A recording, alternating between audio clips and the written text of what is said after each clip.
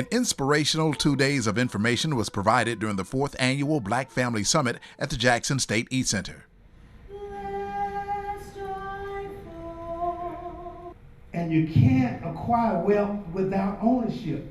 And the key component to building wealth is business growth. With the subject creating wealth through economic development in communities of color, the summit featured public officials, business owners, and city leaders from all across the state and beyond. There was also a panel for local media personalities on the media's impact on economic development. I said, see, whereas you, an educated woman that could, tell this story and tell it well, does not want to be on TV, Jumba, jumping and itching at the chance to be in front of the camera and tell the story that he did not see, was not a witness to, was not around for, heard about it from his cousin down the street around the corner that may have been driving through when he heard about what happened. And so we have to be more detailed, but that's training, because we don't often tell people about how to describe suspects. We're so quick to say he's a black male, as Aaron said, and that's it. But we need to be detailed, and we're constantly having to teach people that. The summit's final speaker was Dr. Nicholas Cooper Luter, a minister, author, and motivational speaker who captivated the audience with his personal stories of tragedy and triumph. If you don't know who you are, I can give you the what, when, where, and how, and you won't use it.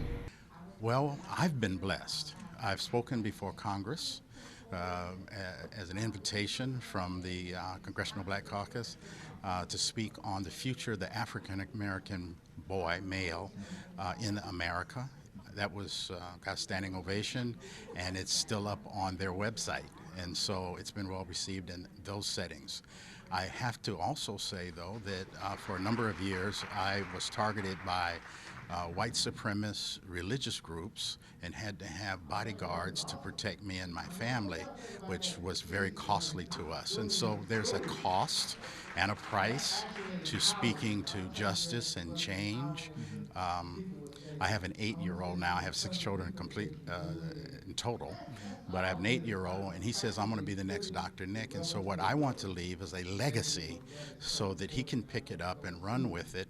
I want 1 million of our children to learn about what I have done over my lifetime and use it to transform their own lives and their own families' lives, because I think we need to create a critical mass of those coming along. That way, my 8-year-old, who, by the way, we're going to have a book out together, so he can be a best-selling author at 8. And like Bill Bynum talked about today, we already have savings accounts for him, teaching him those kinds of things. And so, in short, I'm just excited to be here.